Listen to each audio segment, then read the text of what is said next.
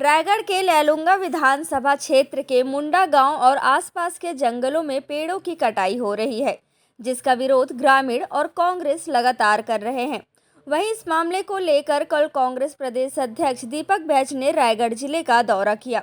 वहीं आज उन्होंने इस मामले की जानकारी देते हुए बताया कि जिस प्रकार से रायगढ़ के जंगलों को काटा जा रहा है, ठीक उसी प्रकार से तमनार के मुंडा गांव के जंगलों के हजारों पेड़ काटे गए हैं।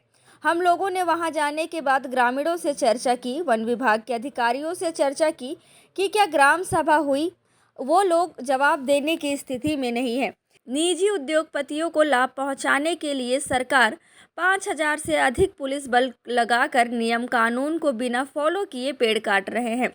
वहीं उप मुख्यमंत्री पर निशाना साधते हुए दीपक बैज ने कहा कि क्या विजय शर्मा जी को संविधान नहीं पता? देश के संविधान में धर्मनिरपेक्षता का मतलब क्या है? देश के संविधान में समाजवाद का मतलब क्या है? सामाजिक न्याय का मतलब क्या है? लोकसभा में संशोधन हुआ है, राज्यसभा में संशोधन हुआ है। क्या नहीं मानते कि विजय शर्मा जी सबसे ऊपर क्या है? एक तो यह लोग कानून नहीं बना पाए और संविधान बदलने की बात करते हैं। मैं समझता हूं कि बीजेपी और आरएसएस एक बड़ी साजिश है। यह लोग हमेशा चाहते हैं कि संविधान बदले, लेकिन हमारे नेता संविधान में जाने के लिए लगातार लड़ाई लड़ रहे हैं। प्रदेश अध्यक्ष दीपक बैज ने विधानसभा सत्र को लेकर कहा कि कांग्रेस के पास मुद्दों की कमी नहीं है। हमारे पास किसानों का मुद्दा सबसे बड़ा है, लॉ एंड ऑर्डर सबसे बड़ा मुद्दा है। शिक्षा व्यवस्था कंगाल कर दिए गए हैं, जगह जगह स्कूल बंद कर शराब दुकान खोल रहे हैं। हमारे पास मुद्दों की कमी नहीं है। इस समय फिर कांग्रेस पार्टी आगामी विधानसभा सत्र में सदन में लड़ने के लिए मजबूती से तैयार है। कल हमारा रायगढ़ दौरा हुआ था। वहां जाने के बाद पता चला कि जिस तरह हसदेव के जंगल को काटा जा रहा है, उसी तरह से ही तमनार ब्लॉक के मुड़ा गांव के जंगलों में हजारों पेड़ काटा गया।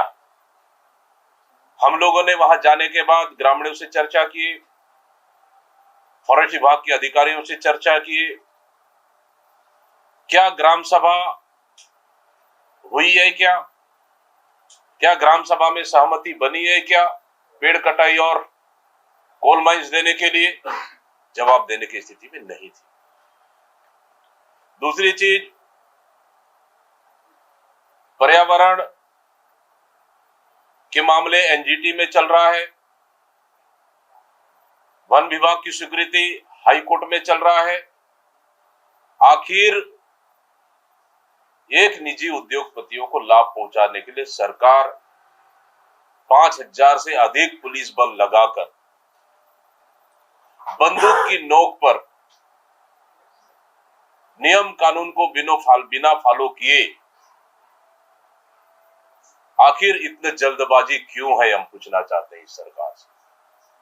वहां के आदिवासियों को गिरफ्तार कर, वहां के विधायक को गिरफ्तार कर पेड़ काटा गया और कई हजारों पेड़ काटने का टारगेट इस सरकार ने तय किया है।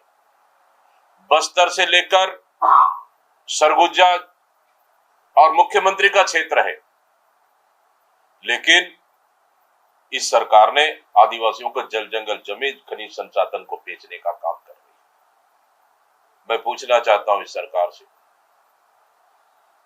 आखिर